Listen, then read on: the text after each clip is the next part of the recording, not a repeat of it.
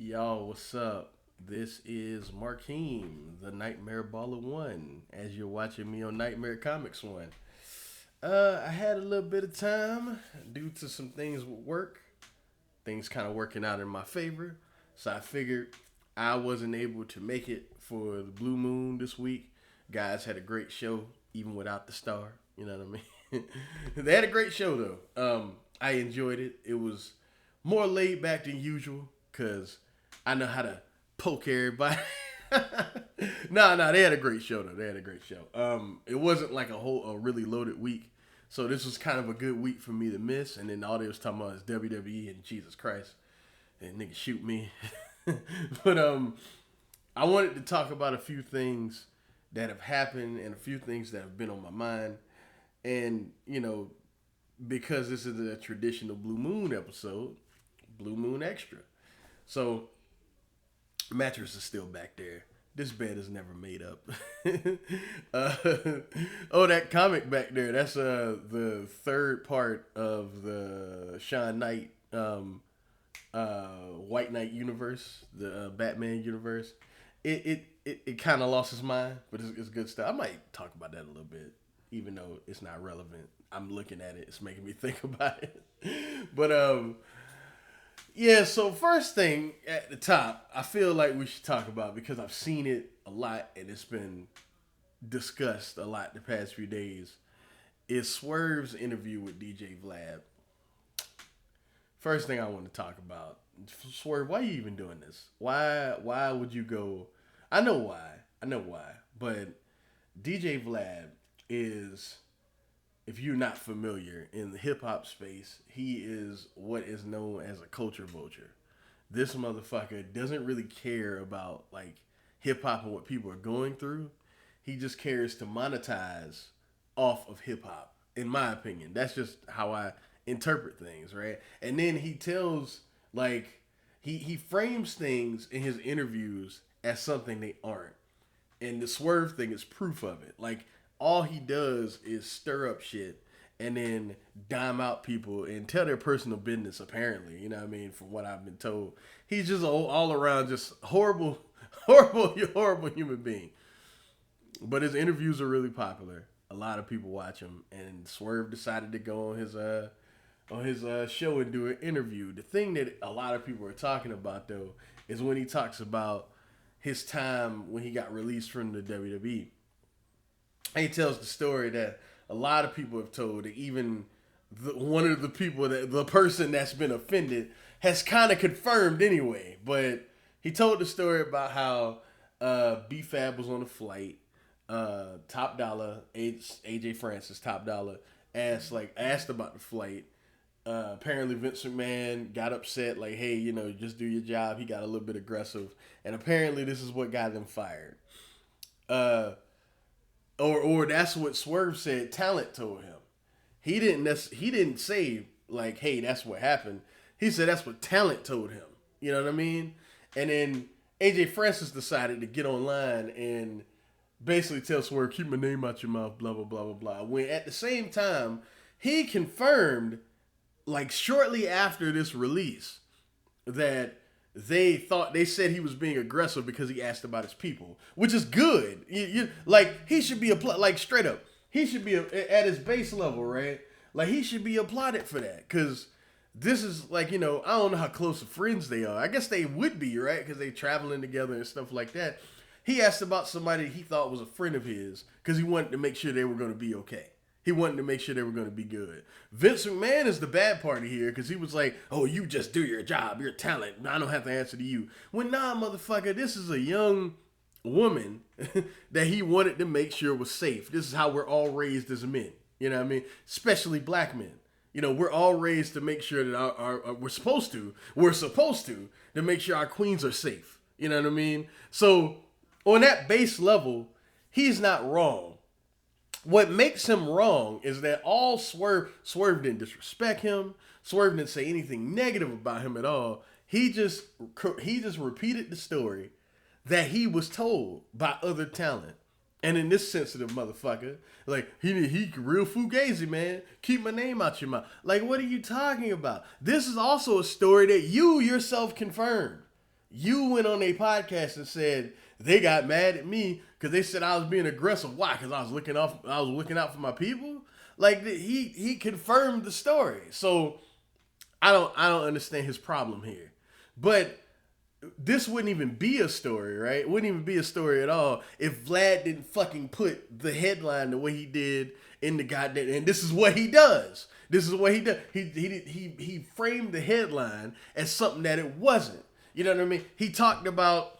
There's another video with Swerve was on Vlad where he talked about grinding through the indies and coming up from nobody knowing who he was at a very young age, fresh out the military, to working for CZW, to working for Lucha Underground, to working. He talks about all this stuff, right? All of it. But Vlad frames the fucking headline as Swerve talks about having multiple baby mamas. Like he talks about that for like maybe a second. But he wants to frame him and what he was talking about like something that is not. You know what I mean? And that's what Vlad does. Vlad is essentially the no DQ of fucking the hip hop space. The no DQ, even these new aggregator sites. Imagine these aggregator sites, right, that have popped up, right? Imagine all of them. You know the ones. Just think about it, right? The ones that just take news that other people report and just aggregates them, right? Now imagine that the people that run these sites don't even care about pro wrestling. That is Vlad. That is what Vlad is to hip hop. Just think about that. Think about how even more damaging that is. Like those aggregator sites are annoying, but I would like to believe, and sometimes very damaging, but I would like to believe that the people that run those sites, in fact, I got, there's relatively enough proof that those people at least like and care about pro wrestling. They might be dumb, but they like and care about pro wrestling. Vlad, I don't know I'm sure he likes hip hop, but he doesn't actually care about the community. You know what I mean? And essentially, that's who Swerve sat down and wasted an hour and 30 minutes of his time with. I'm disappointed in him more than anybody else. Because why the fuck would you go on this dude's platform? Like, we know the story with Vlad. We know the deal with him. Why would you do that? But I'm not going to holler and scream. Not about that. Because it's not even worth it. He shouldn't have fucking went on there. It's just that simple. Like, yeah, Top Dollar is being ridiculous. 100%. AJ Francis being ridiculous. Because this is even a story that he somewhat confirmed. So why are you getting so upset? I don't understand it. He's being ridiculous. But we can avoid all of this if Swerve didn't go on this toxic man's fucking platform. Because you know why? If Swerve tells that same story and Vlad doesn't frame it like that, then I doubt many people even watch the interview. Even pull that part of it because they see the headline that goes, he talks about his time being fired from the WWE. That's what the headline says. Because that's what Vlad does, man. Even though they barely talk about that. But that's what the headline says. It's annoying, bro. It's annoying. And then the thing is, like, Swerve did nothing but, like, big the dude up, which is crazy. Like, Swerve was like, yeah, they're the wrong party. He went to them and he wanted to look out for BFAB, which is what we're supposed to do. They're the wrong party for not divulging that information, especially this young lady. Just a young lady, man. That's Vince McMahon, though. That's Vince McMahon. That should be the story here. The story should be Vince McMahon getting brolic with a dude who's just looking out for a young woman. That should be the story. But it's not, because this bozo decided to get mad at Swerve for essentially bigging him up for what he heard. He didn't even say it happened. He basically made it sound like if it's true, yeah, that's what you're supposed to do. Because it is. That's how we're taught. That's how I'm taught. Anytime my lady leaves the house for an extended period of time, I text her. Anytime my sister goes off somewhere for vacation or something, I go, hey, make sure, if you all right? All that, you know what I mean? We're supposed to protect our women, you know what I mean? That's why, my brother-in-law, I respect him so much because he protects my sister. Because without getting too personal, me and her, we have deep-seated trauma, you know what I mean? And there's things that I'm sure she's probably wary to because of things that we've gone through in our lives, you know what I mean? But he goes out of his way to protect her, which is what you're supposed to do. Especially black women. Because they're the most unprotected fucking human beings on the planet. Nobody thinks about the safety of black women at all. Nobody does. It's a good thing that, AJ Francis did that. It's a good thing. That should be the story here.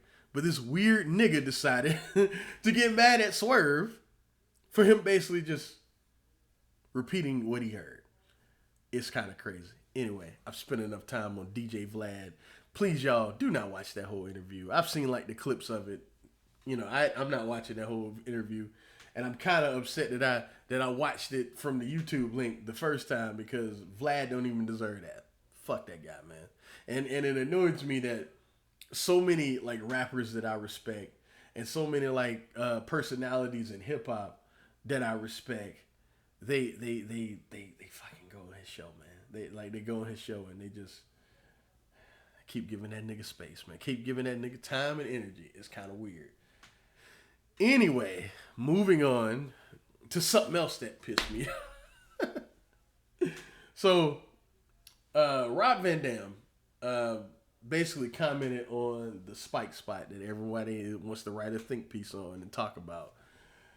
And he basically said when AEW does stuff like this, it makes them seem, he said Bush League and it's not real wrestling and blah, blah, blah, blah, blah, blah, blah, blah, blah, blah, blah. I think he's overreacting. I think he's definitely overreacting. And he was like, it makes me feel like I don't want to be like associated with them or something like that, he said.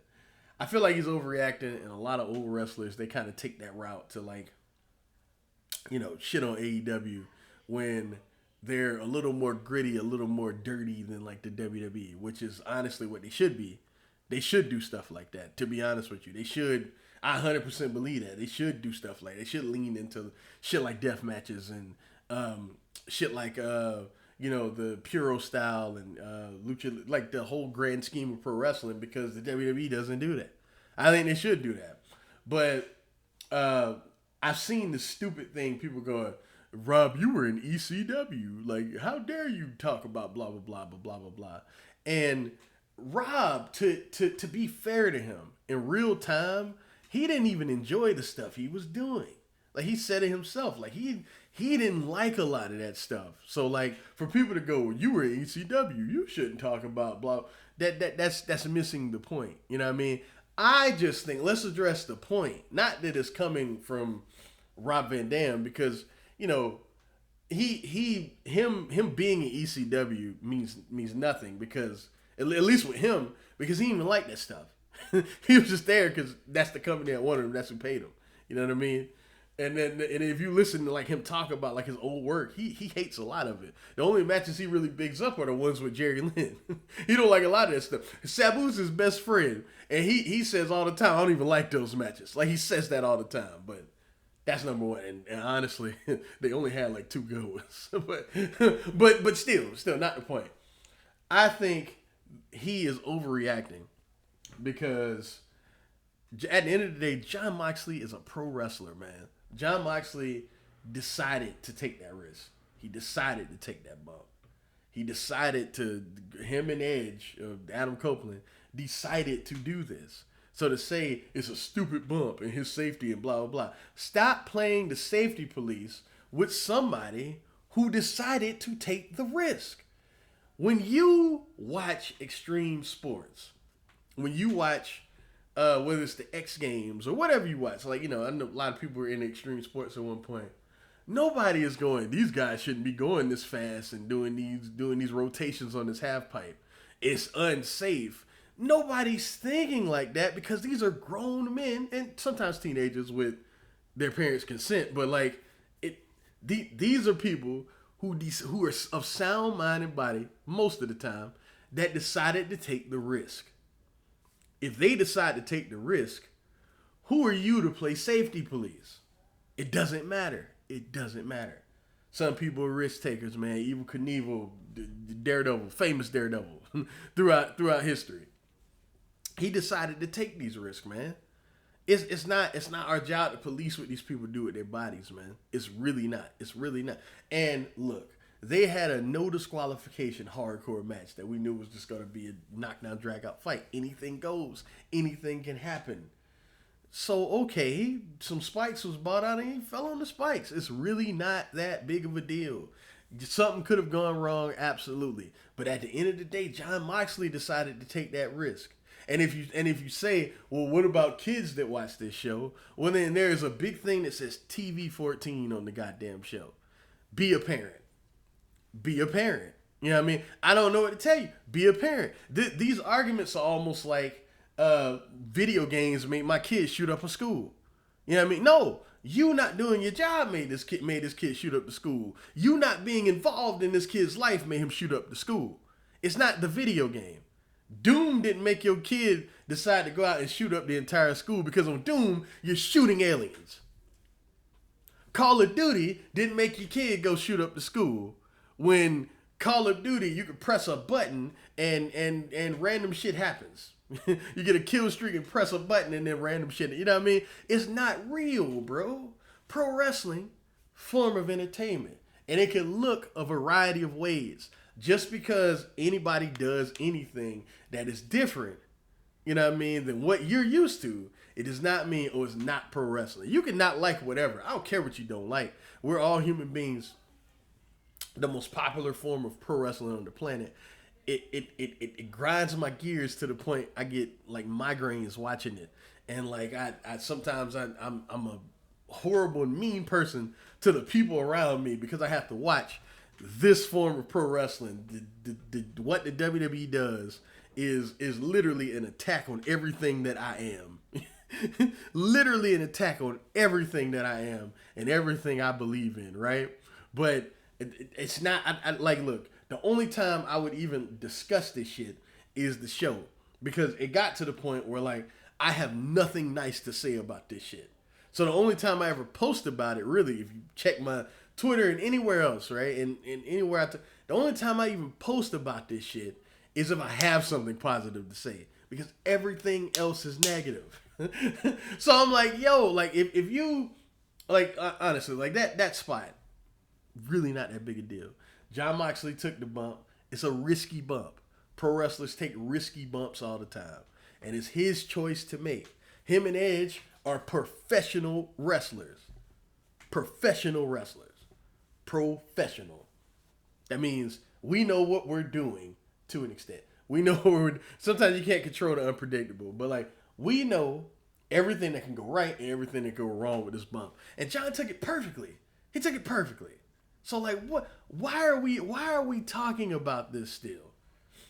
Like and you know, people are going, well, Rob Van Dam is just in that same camp of old wrestlers that shit on AEW, right? And when really, this is like par for the course for Rob. I just think he's overreacting. I think I was more upset that he was overreacting to pro wrestlers taking risk. Because that's what pro wrestlers do. I think he was overreacting to that. I don't care that he was in ECW, because again, he didn't like a lot of that stuff in real time. He didn't like it. So let's address his point, not who he, you know what I'm saying? Like, let's address his point. Because one thing about Rob, and until he gives me reason not to believe so, one thing about Rob is that he's usually honest about everything. Whether it's about, like, hell, as I said, like, when you hear him talk about ECW, this is why he's famous. Not his WWE run that all you motherfuckers, you know, I like RVD's WWE run, but he wasn't cool to me like he was in ECW, you know what I'm saying? But like, when he addresses like the run that defined him, in my opinion, he doesn't like a lot of the stuff. He didn't really like a lot of the stuff the company did. He liked a lot of the guys, but he didn't like a lot of the stuff the company did. He talked about it. This is par for the course for him. So this isn't a departure of things he critiques. It's not a departure from it. You know what I mean? I just think he was overreacting. So can that be the point? Can people stop overstating things that really don't matter that much? I was going to do this before, but I feel like now is the time to kind of address it. So we were talking in the Discord about Mariah May and her contract and what would happen if she left, what would happen if she stayed. I do think Tony Khan should try to keep her, you know, by as much means necessary. You know, give her, if she wants a certain amount of money, give it to her, but you know, just don't pay her like you would pay someone like Mercedes or Chris Statlander or Tony Storm, or you know, somebody like that. I don't even think she should get paid like Willow Nightingale should get paid on her next contract. I personally don't, because honestly, outside of the Tony Storm stuff, Mariah May has been trash. You know what I mean? And this is somebody who loves that girl. I think before she got there, she was one of my most improved wrestlers that I ever saw. Because when she was in Stardom, when she first got there, it was bad. It was real bad. And then by the time she left, she was pretty reliable to have a really fun sprint. You know what I mean? Like legit. If you watch her match with Julia, really fun, hard hitting sprint. All her matches, like the matches with Mina Shirakawa, before she left, really fun sprints, man. You know what I mean? Like she was very reliable in that sense, hard hitting, gritty, kind of nasty. Even though she looked cutesy, sprint. And I was like, yo, this girl does not look like an ass kicker, but she is an ass kicker. You know what I mean? So I was like, all right, cool. Like hopefully when she gets to AEW, she's treated well. And I can't sit here and say that Tony Khan didn't treat her well because he put the battery in her back. He gave her the world title. He was like, yo, you and Mercedes are going to carry our women's division. And to Mercedes' credit, I think those segments suck. I think her promos suck. I think she's inauthentic, fake, and just all around everything outside of the bell ringing is some of the worst shit I ever seen. Like, period. Like, some of the worst shit I've ever seen. But the matches always delivered. Well, not always, but the matches have started delivering. You know what I mean? And then you take somebody like Mariah May, who cannot talk, who, and I didn't know that. I didn't know, because I saw her in the context of being in a Japanese promotion, but now she's cutting, like, English promo. Well, she was cutting English promos before, but, like, those promos were a lot of fun. And honestly, really heartfelt, especially when she was leaving Stardom. Really heartfelt stuff. The one, after she has the last match with Mina Shirakawa, and she cuts that promo in Japanese, and like people are just like bawling and stuff, and like I was like, it got me too. You know what I mean? Really emotional. Like she can convey emotions, but the American TV heel character of Mariah May is trash, man. Without Toni Storm, dear God, this girl is like nothing in AEW. Like, you know what I mean? Like, yeah, she looks good, sure. You know what I mean? She's fundamentally able to wrestle matches, sure. But she gets no heat at all without Toni Storm. Zero. None. She might get some if they re-sign her and she comes back. I'm not saying the book is closed on her, but I'm saying as of right now, just there's outside of the Tony stuff, there's nothing. You know what I mean? But, and the match with Willow Nightingale, but congratulations, everybody gets the crowd to pop and get into it when they're in there with Willow Nightingale, who should be the face of that goddamn division. And I'm not just saying that because I love her in a way that I haven't loved most women in my entire life. Lord, that woman is fine. That is everything that, listen, there is a type. If you ever been around my lady, if you ever seen me post her or whatever, I have a type. And listen, how you doing? Willow Nightingale, she's like the final form of that type. Listen to me. But other than that, like she was like, nothing. But like my boy Adam, shout out to him. He was like, you should pay her. And essentially I agreed. But then he was talking about the optics and the perception of like losing someone to the WWE, right? Like, you don't want to lose the optics battle. And I think that is the most overstated thing in the world. You know why? Because the people that care about that type of stuff are the people that I don't even want to associate with. Are the people that, quite frankly, are too stupid to be to be even like, what I'm saying, even interacted with at all. And if I'm Tony Khan, to be honest with you, I don't even want those people watching my show. Because at this point, we all know it's a business, bro. We all know what company has more resources than any other company on the planet.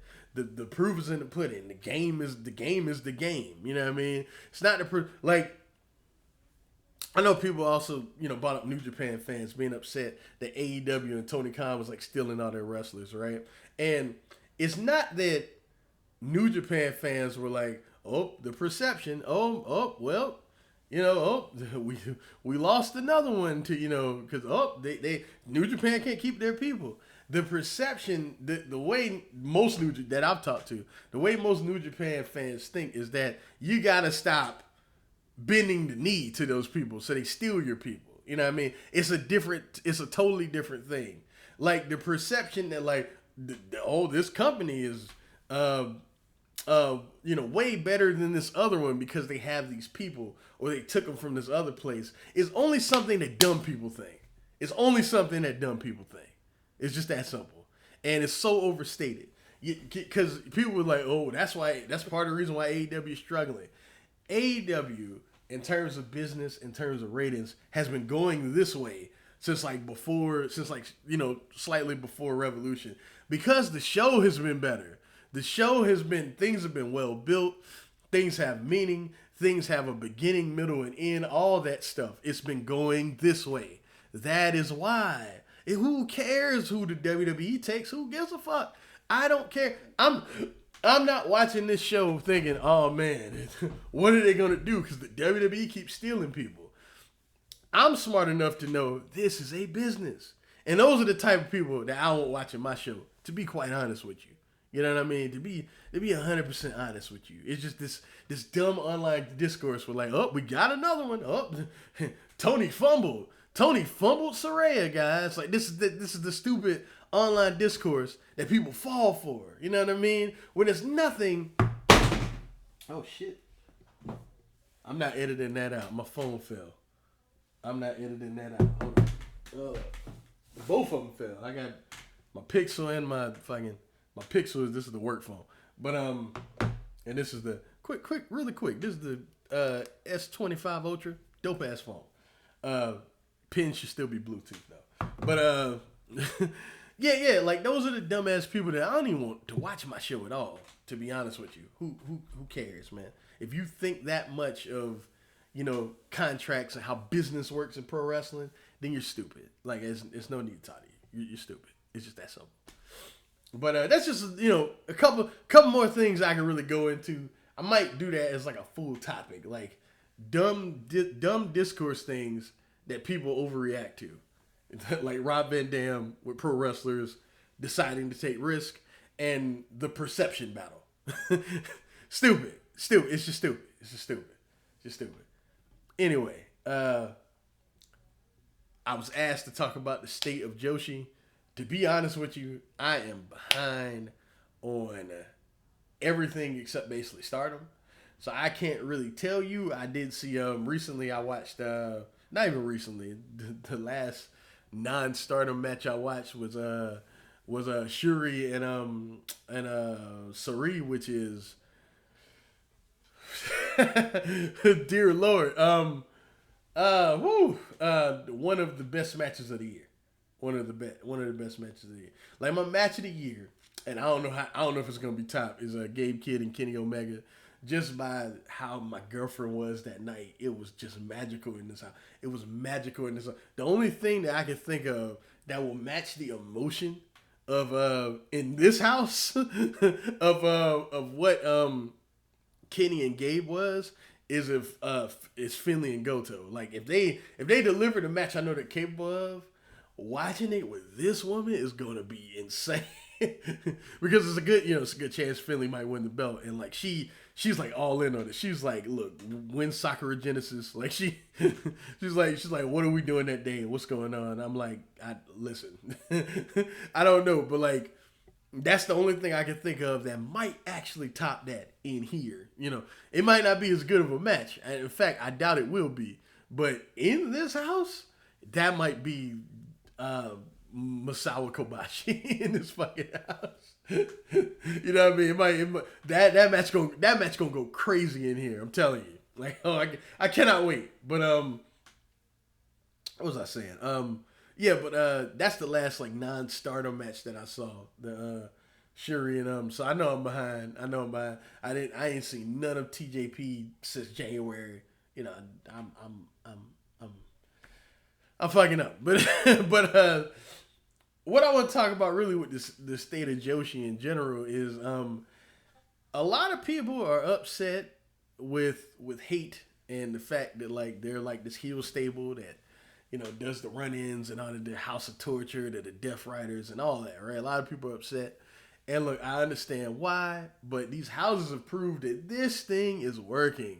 People are coming to those shows. People are getting into these matches. Look, the Korakuen Hall match with to set up the fucking Yokohama show match, the the Saya Kamatani and Tam Nakano with all the shenanigans in it. It lost me, but that crowd, listen, like that, listen, it is working, bro. And it kind of goes to my discourse point, and I brought it up in the last show. People get upset because things aren't for them all the time. And I do it too, but if it's working, bro, there's only but so upset I can get. If it's actually tangibly working, what can I really say? You know what I mean? So the shit hate, the heel stay with top of the car is working. It's working, bro. Like what you know what I'm saying? Like what are we supposed to, like it's working. What can you really say? But yeah, that Yokohama show is shaping up to be something really special. In fact, I did this really that's right. Not editing this. Let's see.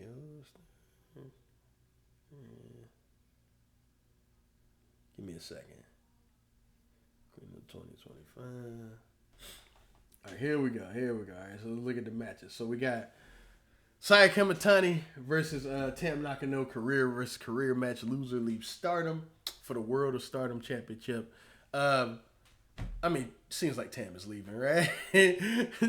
Seems like she's leaving, right? So, you know, it's a good way to write her off. And I'm sure this match will be highly emotional. Expect all the shenanigans, expect all the run-ins, and all that stuff is going to happen. But I'm sure it's going to be an insane spectacle. And, you know, the crowd's going to be super into it and all that stuff. And it's going to be hot. And people are going to pretend like, oh, that didn't work. When really you just didn't like it. And that's okay. Those are two different things. That's all I'm saying. Those are two different things. You can say, I don't like this. Don't like this. But if it's hot and it's working and it's drawing a house, I don't know what the house is for this. I don't know. I hadn't looked. And I imagine it probably will. You probably should shut the fuck up. I'm just saying. Just say you don't like it and move on. There are a lot of matches throughout history that drew a house, that were big business, that I did not like.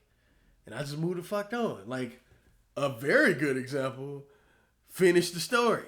Cody and Roman, the second match. Could not stand it. I thought it kind of sucked. I thought, I want to watch a wrestling match, not a bunch of people running in, and then The Undertaker running at the end made no sense. You know what I mean? But the fan base loved that match, and it's one of the biggest matches that company has ever put on. So you know what? I just say, wasn't for me. Now shut the fuck up. I didn't say it didn't work. I didn't say any of this stuff. Because it worked for them. Fan base went nuts. Cody called out Bruce Pritchard, and they even cheered that because they're a bunch of zombies. But it worked for them. It worked. So what can I say other than this shit ain't for me? Shut the fuck up.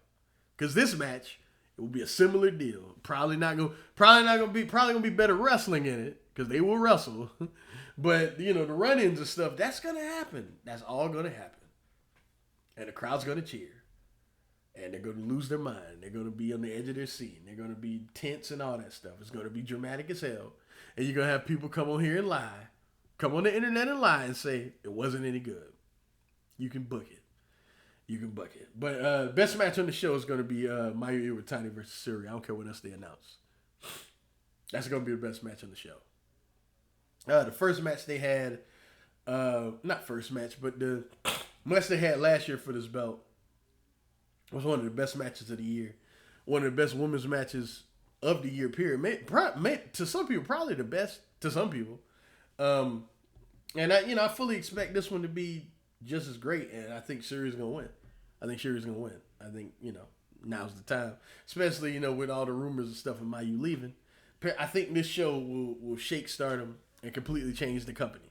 You know what I mean? So, what better way to do that than, end this title reign with, somebody that is not going anywhere. So, also, the tag team match for the Goddess of Stardom Championship. We got Hanan and Saya Ida, the champions, versus Hazuki and Koguma. It should be dope. The Stardom tag matches are always great. They always feel like Dragon Gate sprints because those girls are heavily inspired by Dragon Gate. So, I'm sure that match will be a whole hell of a lot of fun. And there's other stuff that has been set up and all that stuff, but we know those 3 matches are official, and it should be a great show. Puro Joshi in general seems to be going this way. A lot of great matches I hear from all over. People was talking about that Mako Satomura match from for like a couple weeks ago, like just all over. Apparently, great matches happening all over Japan. So, hey, and they're drawing, and a lot of people are drawing bigger houses in terms of the Joshi side of things. So. People want to see these women have kick-ass matches, man. There is an audience for it, you know what I mean? And I'm one of them. I just got to catch up on everything. But yeah, man, I think Joshi, is in a pretty healthy and positive state in Japan in terms of like quality. We'll see how the attendance goes throughout the year because that could be its own thing in itself. But it's a lot to be positive about. Let's just put it like that. Puro in general. All right, let me be straight up. I think it's more good than bad. I think that the House of Torture, and this is gonna sound crazy, but it's true. It's just a fact. I think that the House of Torture being as popular as they are, because they are popular. I'm sorry, y'all. Again, back to my point. I think the House of Torture being as popular as they are and being a surefire way to garner heat the way they have, I think that a lot of people want their own version of that. Like Noah's group that I can't remember. They're basically essentially the House of Torture. You know what I mean? Like I said, I brought up hate. You know what I mean? Essentially the House of Torture. It's like a thing, man. It's a thing. And, unfortunately, that's what we just gonna get. We can't say anything because the houses have been good. Like, apparently Noah's houses have been good. This angle is working with people. So as long as the houses are good, that's what we're gonna get. So I think you just have to deal with it. You just have to deal with it, grit your teeth, and watch the company that you like. You know what I mean? Because you're not gonna be able to escape it, or not watch it all. Pull the things you like from the company that you like, because you're not gonna be able to escape this shit. Sorry. I'm sorry. I'm sorry. It is what it is. But also, fans turning on WrestleMania. I'm trying to go a little quicker because I spent a lot of time. But fans turning on WrestleMania, I think is hilarious. I've heard people going, man, the build for this feels heatless, and a lot of these matches feel like nothing, and blah, blah, blah, yap. Well, I got a question for you motherfuckers. What is so different about what's happening right now than what's been happening during this entire Triple H run? Boring TV, boring build for shows, boring. What the only thing that's different? What the bloodline don't exist no more? It's all still boring. It's all boring. That's no different. It's all boring. Like things have no heat, and people tell me they have heat. You know what I mean? Y'all turn on Jay Uso. It's not a secret he couldn't wrestle. He could never wrestle as a singles. He was never good. Y'all all hated that match last year. Even y'all hated that match last year. The fucking Jey Uso and Jimmy Uso match. Even y'all hated it. So why why is it the fact he can't wrestle all of a sudden a thing? We knew that before. Y'all hilarious, man. Y'all hilarious. Yeah, and I seen the tinfoil hat theory. My boy Josh, shout out to True Slayer. He said maybe not Tony Khan, the other Khan. Maybe Nick Khan has devised this scheme to put his little grifters and his shadow agents out there to pretty much go, hey, this is boring, and everyone's like, yeah. So everybody can think Triple H is doing a bad job, so we can get him out of here. It's possible. It looks very possible because honestly, that show, at least to me, again, this is why I don't like it. This is just me, right? This is just me, and that's why I don't watch it because I don't like it. You know what I mean? But this is just me, right? Like that show, it has always been boring. The build to stuff has always been uninteresting. I don't think it's no different. I don't like, again, I haven't been watching these full shows, but I know the highlights. I know what's going on. And to me, I'm like, well, y'all niggas complaining about stuff I've always talked about. So why is it different? Can somebody explain that to me? I don't know. I just think it's funny. The John Cena stuff on the last video, I really praised it and I put it over and I thought that promo, like I said, in a vacuum was awesome. I was like, I don't care about the follow up. I don't know what they're gonna do with the follow up. Apparently, the follow up, because I hadn't seen any of it, has been terrible. And I'm like, this is why. I said, in a vacuum, I thought it was dope. I thought what he said was smart. I thought all that stuff. But now, I don't care. I didn't care before. Don't care now. Because that's what I do with this shit now, man. That company, and you know, AEW to an extent too, I just take what I want from it. And that's it. AEW, the TV's getting better though. So, you know what I'm saying? It's actually been, I would even say good. So it's a little different. But with this company, I literally just, I take, oh, John Cena turned heel. Let me see what he has to say. I took that, and I'm like, all right, thank you. I took, look, what I did, I went to the bar, I took a shot of that, and I was like, I've had enough. I just wanted to see how your fireball tastes here. That's what I did. I was like, oh, okay. Oh, it's real. It's real. No chaser in that. Cool. That's it. That's literally it. That's it. Because now y'all can do whatever y'all want with that. But yay, I'm gonna have to watch this show because we review this show. Awesome. A show with Kevin Owens and Randy Orton in 2025. And I gotta review this shit. I gotta review it. Because we gonna talk about it. So I have to spend I'm not even bullshitting y'all. Like it got to the point where before we started doing this show, I would not watch Mania at all. I think before we started doing this show, I had not seen a full WrestleMania in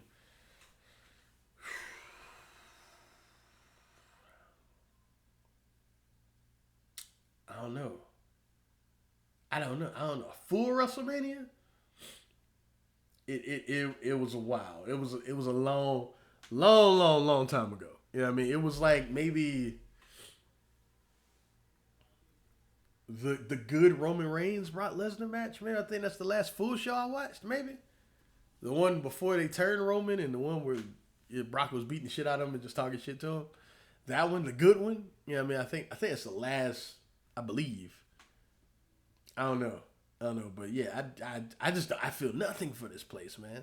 That's why I think a lot of the discourse is funny because you don't have to watch something that you know you're not gonna like. If you like the WWE, then by all means, do not watch nothing else because you don't like wrestling. But by all means, like if you love it and you think it's the best wrestling on the planet, just don't pay attention to nothing else. Trust me, everything else, literally everything else, you won't like. If you think that's the best wrestling on the planet, period. And if you think the WWE is terrible and you hate it, by all means, don't watch it. And I try not to, but I got to a lot of the time. I hate all three of you motherfuckers. I hate all three of you. But anyway, that's enough of that. Fuck WrestleMania. I don't care. Daredevil Born Again. This is long. Holy shit. I've gone for a while. Daredevil Born Again, I think, is a really, really great show. Honestly, I think that it takes the approach of most like really good television. It didn't blow us wide early, bro.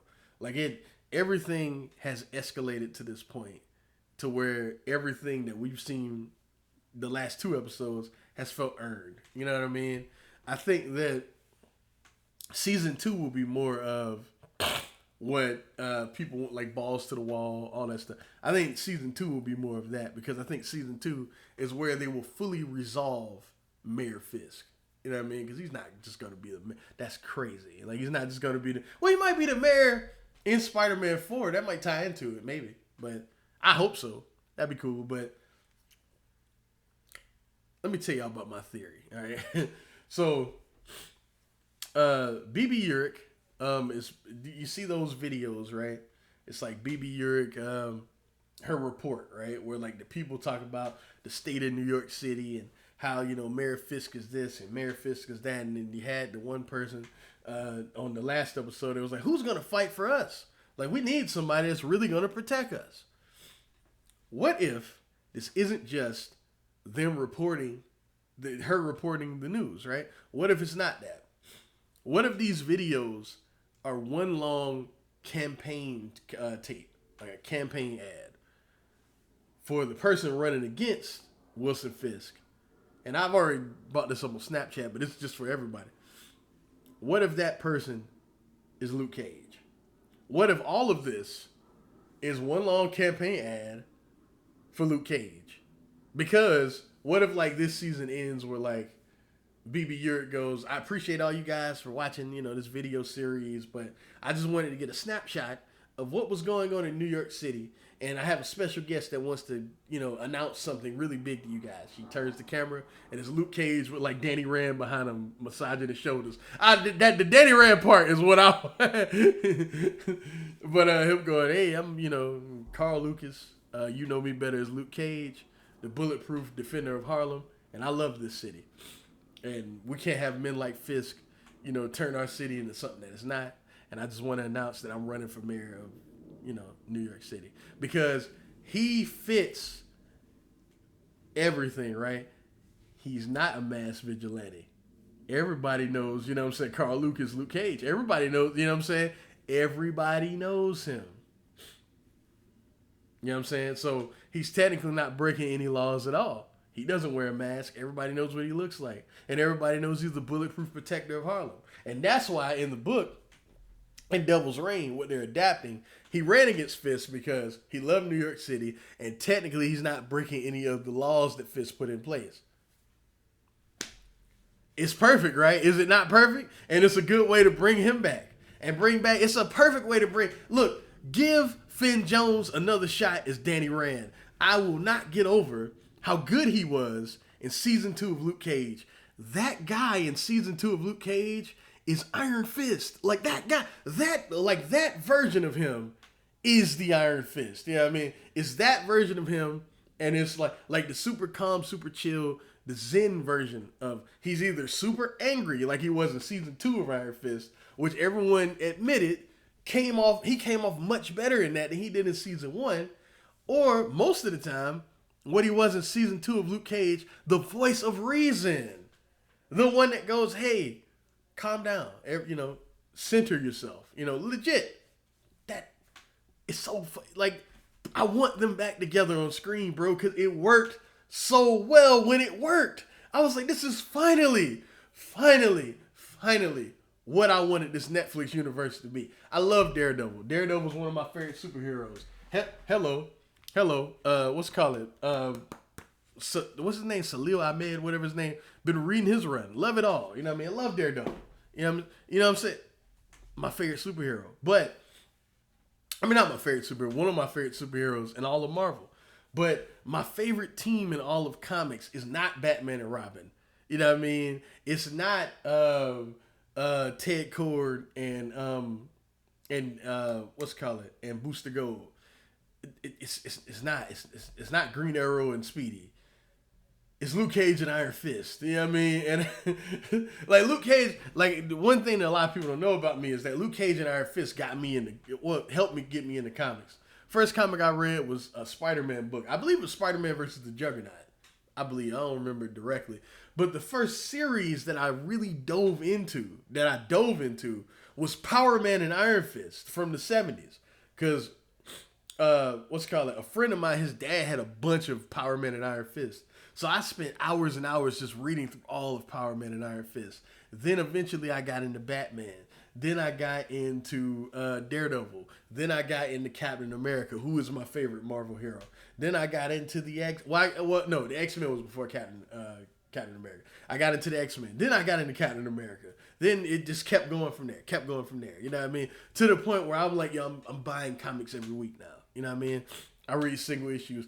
I don't really, as much as I used to. Now I just buy the trades, which, I hate being that guy. I hate doing that, but like, just by how my life is, it works better for me.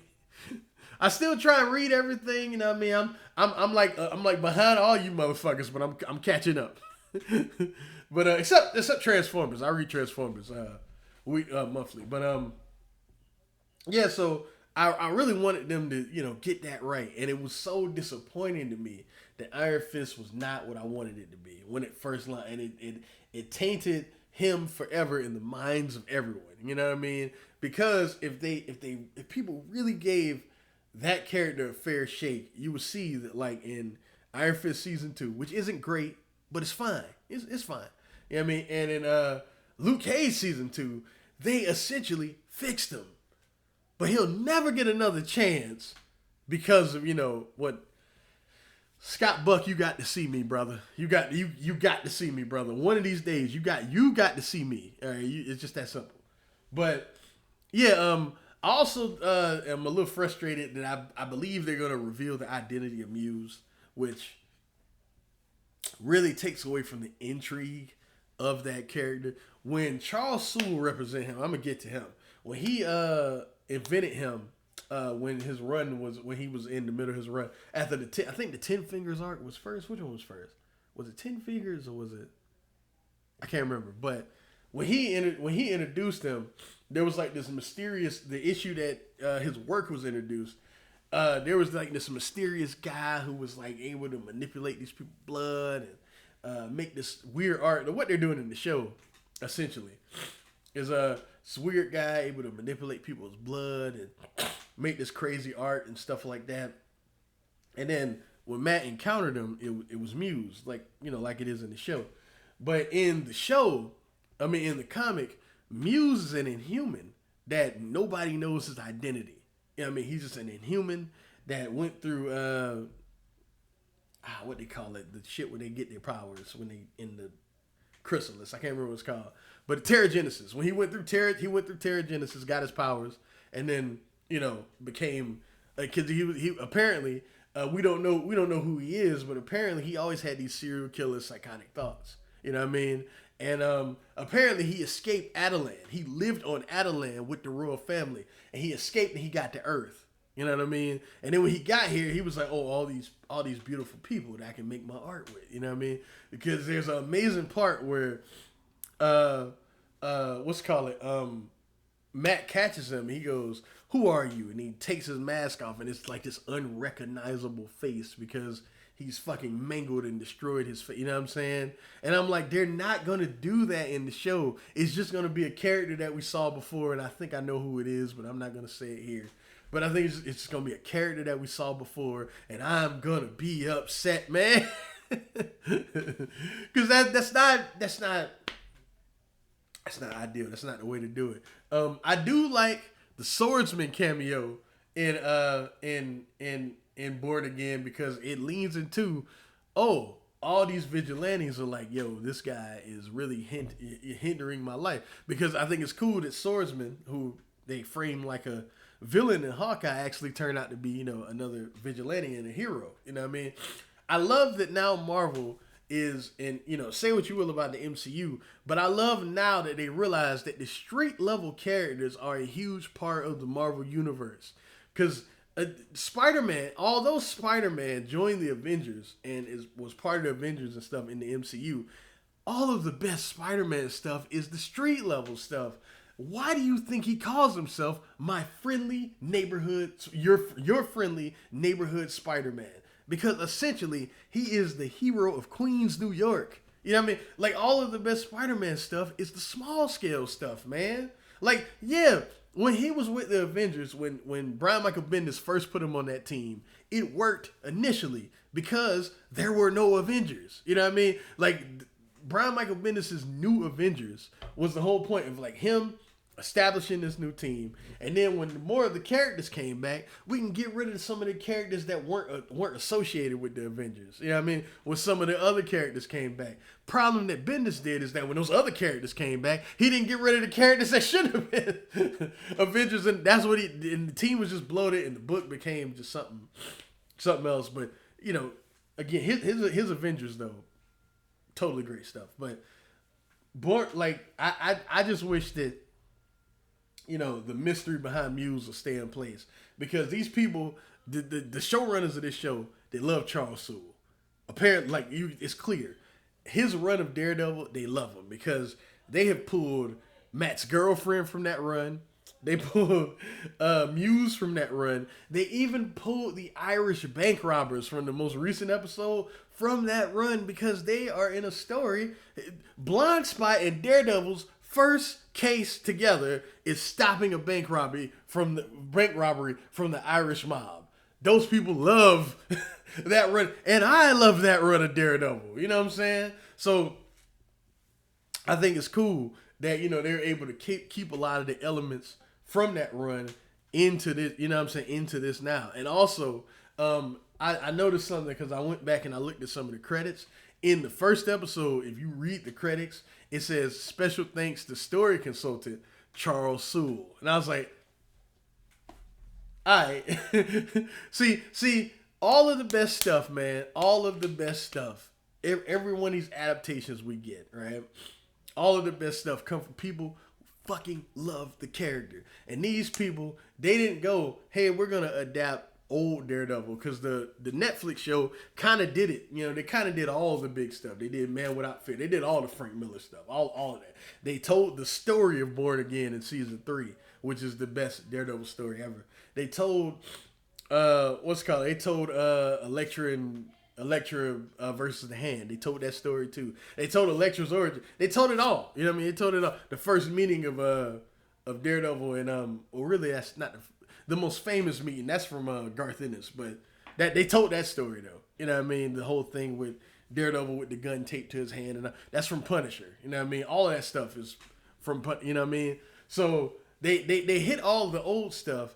The Born Again dudes were like, well, let's just tell the modern stuff because Daredevil is the only Marvel character, maybe the only comic book character that I would honestly say has never had a bad run, like on his books.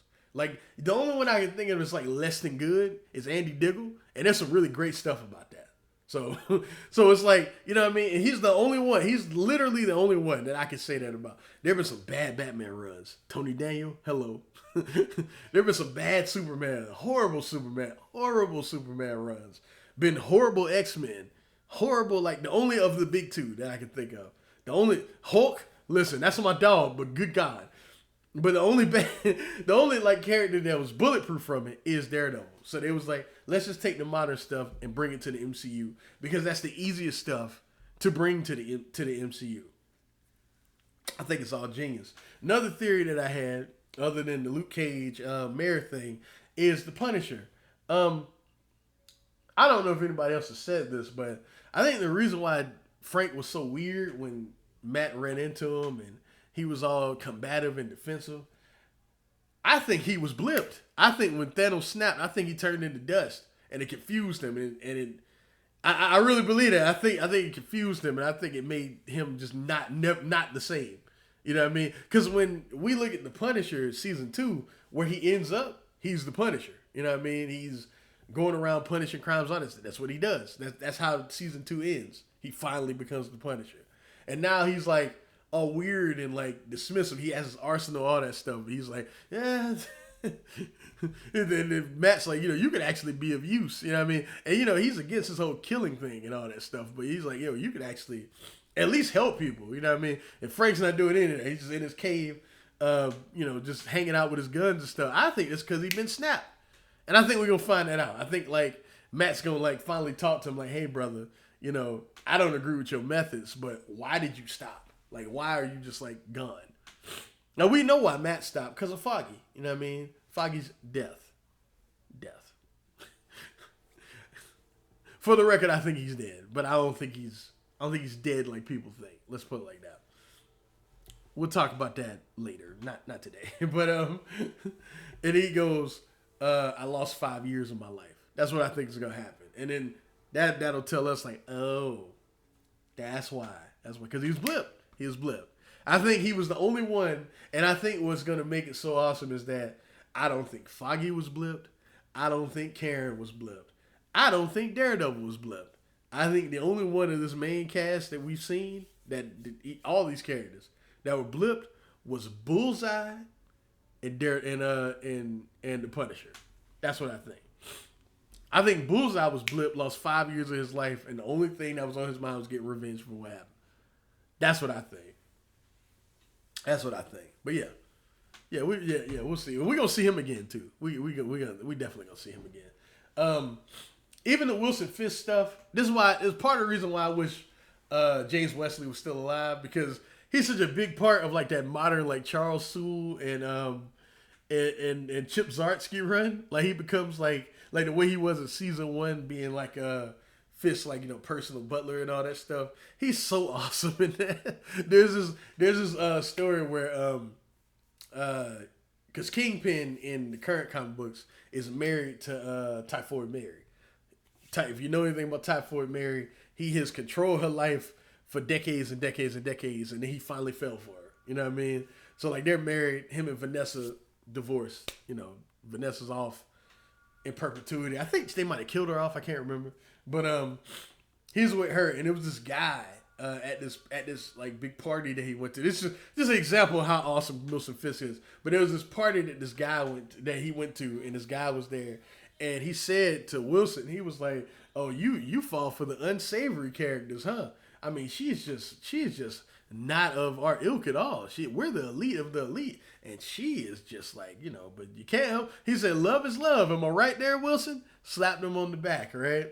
And like at this point in the comics, like Wilson Fisk has been acquitted of everything, and you know, basically all the years of hard work that everyone has done to put him behind bars is complete. Like he's been exonerated of everything because he has the best lawyers, period. And like everybody thinks he's like not guilty, and this philanthropist that he always fucking portray himself to be in the comics, just so everyone believes he is. So he says that to Kingpin. He's like, "Am I right?" And then Kingpin just laughs. He goes, "Yeah, man, absolutely. Love is love." and then as everyone's leaving the party, he goes, "Hey, can I speak with you just for a little bit? Just, you know, for a little bit. Can we go somewhere in private?" He's like, "Yeah, I got a little bit of business to discuss." And the guy goes like, "Yeah, sure." And then, you know, you don't see him. They walk in this room, door closes, right? James Wesley is like looking for Fisk because he's ready to go, right? He's like, "Yeah, people are like, you know, leaving here. They're shutting everything down. It's time to go." So he's like going door to door. He's like, he opens this door, and the room is just covered in blood. I'm talking about the ceiling has blood on it, the walls have blood on it, and then you see the guy's legs like dangling in like a bathtub, and like Fisk is just like sitting in the corner, white suit covered in red, face covered just in blood, and he's like fist clenched, and like you see him like kind of like rocking back and forth, and then Wesley like looks outside. And he looks back at him. He shuts the door. He's like, "All right, sir, we got to get you out of here." and then he looks at Wesley. He was like, I didn't want it. He disrespected Mary." And then he was like, "I know, sir. It's okay.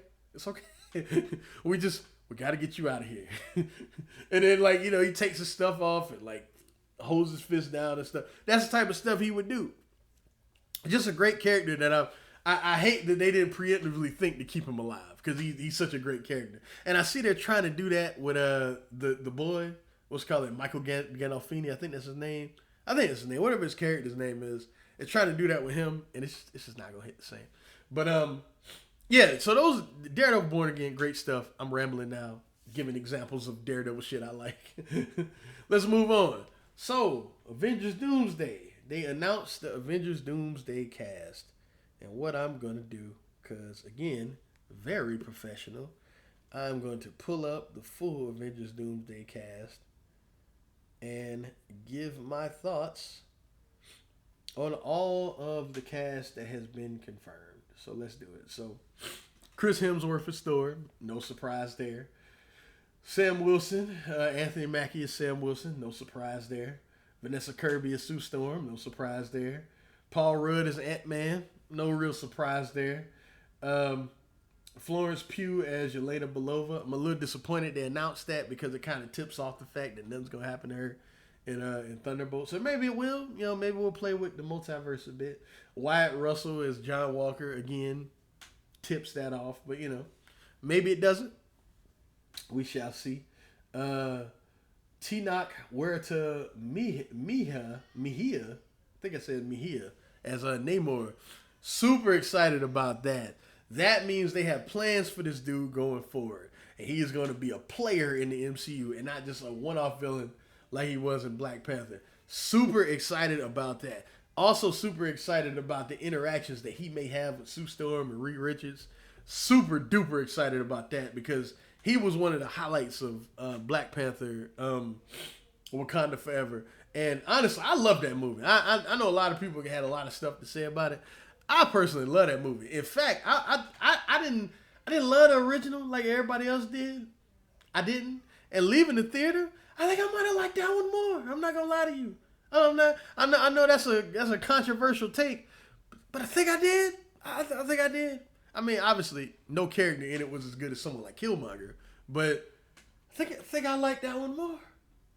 I don't know, but it's the one I've seen it more. But yeah, so he's in it. Super excited about that. Simu Liu, I always fuck his name up, as Shang-Chi. Not surprised about that. Sebastian Stan as Bucky Barnes, the Winter Soldier, the White Wolf, whatever you want to call him. Not surprised about that. Probably my favorite character in all the MCU. I personally think Bucky Barnes is the most well-written character in all the MCU. I think since the beginning. If you take every character in I think he's the best written character. Because I think his arc is the most intriguing. I think like him trying to live up to Steve's legacy, knowing that he never will, him having the relationship he had with Steve. I think the other than Brave New World, which I did like. I think the Captain America stuff has always been the best part of the MCU, just my opinion. And he's my and I love the Winter Soldier in the comics too. Like, look, listen, y'all don't even know. Like, if y'all just watching me, because y'all know I'm a nerd and I know about like the movies and stuff. If y'all didn't read Winter Soldier in real time, that reveal, I don't care what you say, Josh. That reveal, like, listen, man. Josh, you never bring back Bucky. And essentially he's right.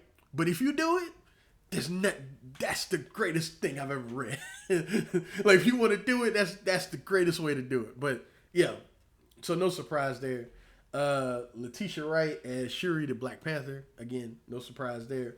I think in this movie, or Secret Wars, probably Secret Wars, that's when we'll get whoever's going to be the new Black Panther, and I'll talk about that. Ebon Moss-Baccarat has been Grim the Thing, no surprise. Kelsey Grammer as Beast is a bit surprising. We'll get to that, though. We'll talk about it. Lewis Pullman as the Sentry. He'll probably be, because he'll probably turn into the Void in Thunderbolts. And this is him. This is them. They'll probably find a way to imprison him, probably in the raft, and they'll probably have to emergency break glass and bring him out to help everybody. Danny Ramirez is Falcon. Not surprised. Let's see. Joseph Quinn is Johnny Storm. Again, they already confirmed that. David Harbour is Red Guardian. Again, I'm a little upset because it tips off the fact he's not going to die in Thunderbolts. Winston Duke is in Baku. I mean, Shuri's in it. I'm sure he's going to be in it. Ghost again. Hannah John came in as Ghost. Again, tips that off. Tom Hiddleston is Loki. As long as they don't fuck with the ending of Loki, that's fine. But again, I'm not really surprised because this is the multiverse saga and he's holding together the multiverse. That's how Loki ended. So, not really surprised. He's probably going to die, to be honest with you. And you know what? The Thor and Loki reunion should be really cool. That should be really cool. Let's see. What else is that?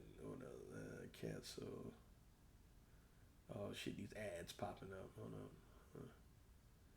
God damn it. Yeah, because I did this real professional. Let's see.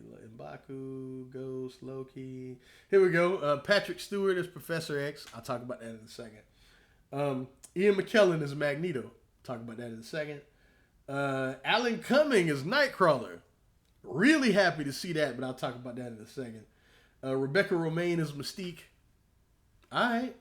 And James Marsden is Cyclops. All right. And Channing Tatum is Gambit. All right. Okay. All right. Okay. All right. I mean, I didn't love that. I didn't love his Gambit in Deadpool and Wolverine. I actually thought it was kind of goofy.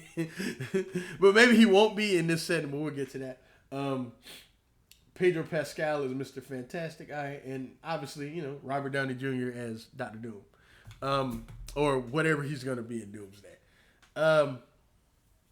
the X-Men thing has me really, really intrigued because I think this is their way to have the X-Men established that they're a part of this multiverse. I mean, we kind of already did that at the end of Marvels, but then this also gives them an actual send off because their universe is gone. Their universe, I'm sure their universe is either going to be merged or something's going to happen where like time is distorted in their universe, and then they all get de-aged, and that's when you get the new actors as the X-Men. You know what I mean? Because that is, to me, that's how you bring them in. Like, just I had the theory of Professor X shielding the world from the mutants so they don't know, but bringing the element of mutants from another universe is probably the best way to do it. What annoys me the most, and so far the cast, no real surprises other than the X-Men. I'm kind of shocked at the people that aren't there. Like, no Deadpool. I'm sure he's gonna be a Secret Wars, but no Deadpool is kind of weird.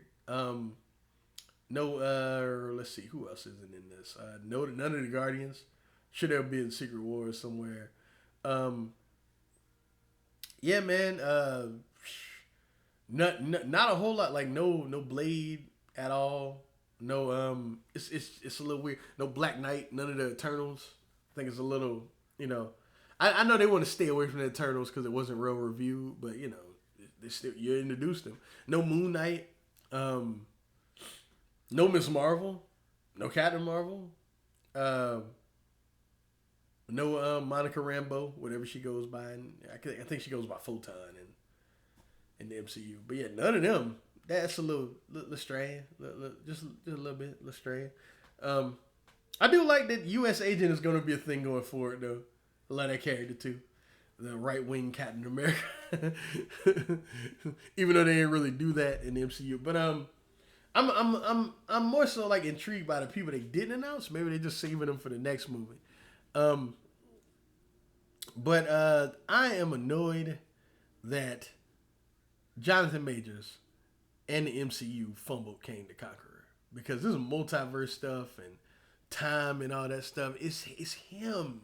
It's all him. Like, this perfectly fit what they're doing. Perfectly fits Kang the Conqueror, man.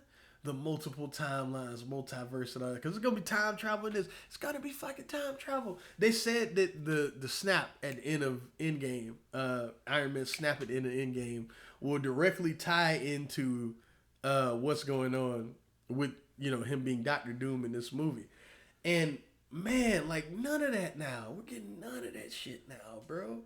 Because this fool decided to hit this white girl.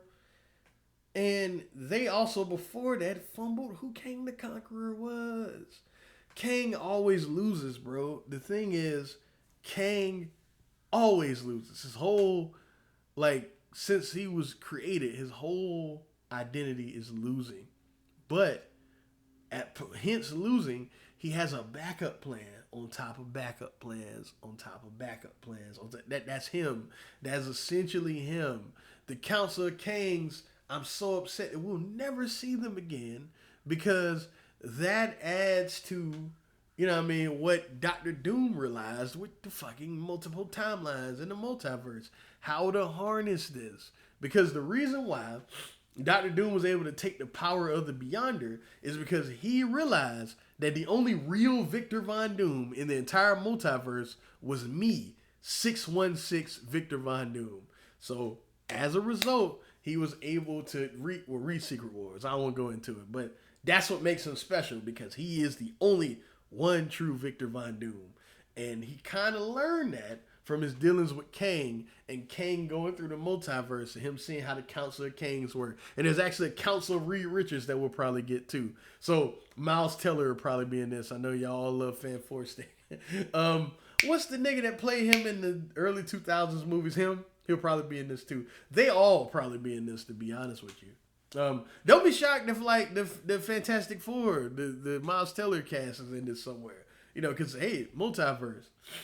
And really, it's hard to really talk about Doomsday without just speculating what they do with Secret Wars. But I know somehow the incursions will happen. The world will be split up. Will be mashed together with everybody's universe kind of colliding on each other. Hell, we even saw the those leaked concept photos and stuff like that, and I imagine that's what's happening. Oh yeah, no Hulk in Doomsday. That's kind of weird, right? But that's kind of weird. But yeah, I imagine we'll get all that mashed together and all that stuff, and it'll be his whole thing. But yeah, man, I just know that I am intrigued, but I'm taking more of a wait and see with this shit. You know what I mean? Just wait and see. I kind of already discussed my eighth topic, the things I wish the MCU did differently. The Kang thing is probably the biggest thing. We were talking about it in the Discord about how when Edgar Wright was removed from Ant-Man, where he left, I can't remember exactly what happened. They should have pivoted and went with Hank Pym and made the movie more serious, because it just doesn't fit with Scott Lang. Like, what they did was they tried to keep it comedic, and nothing against Peyton Reed. I thought the first movie was fine. I thought the second one was also kind of fine. The third one is, also fine. I think all three of them are fine. I don't hate the third one like everybody else does. I think all three of them are fine. It's just like, you want to be better than fine. You know what I mean? Because I barely remember those movies. The only thing I really remember about any of them is that, what's it called? They had Lawrence Fishburne in, what was that, the first one or the second one? Where he was supposed to be Goliath and it didn't happen. He was Bill Foster and it didn't happen. And they had Kang in the third one. That's about all I remember. So nothing else to really remember at all. And it's unfortunate because Hank Pym would have added so much to everything that's going on right now. If Hank Pym would have been the Ant-Man of this timeline, instead of like him being like the old Ant-Man, like older Ant-Man, if he would have been like rival to Tony Stark, person that's like, you're crazy, all that stuff. And then Ultron ends up being created because of his broken psyche and not, Iron Man trying to make a new advanced, like, AI type deal.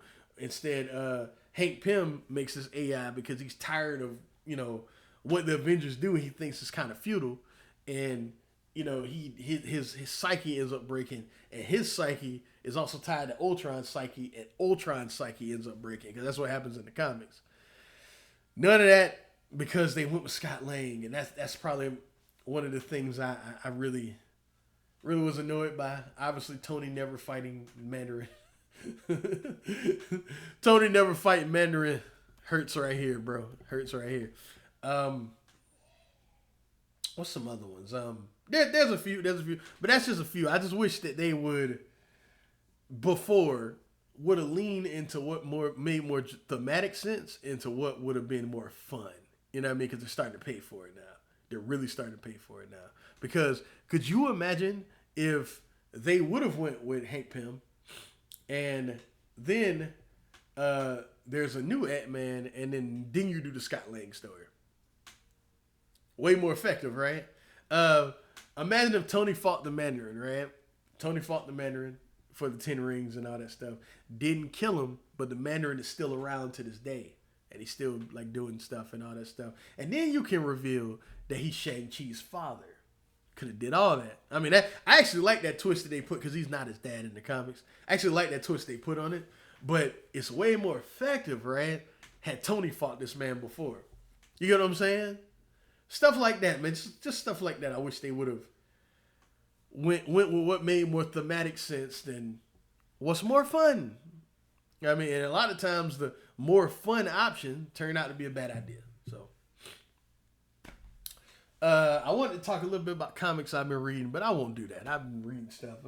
I'll just show y'all what's next to me. I just got this Chip Zdarsky's Justice League: The Last Ride. I heard it's incredible. It's one of my favorite writers.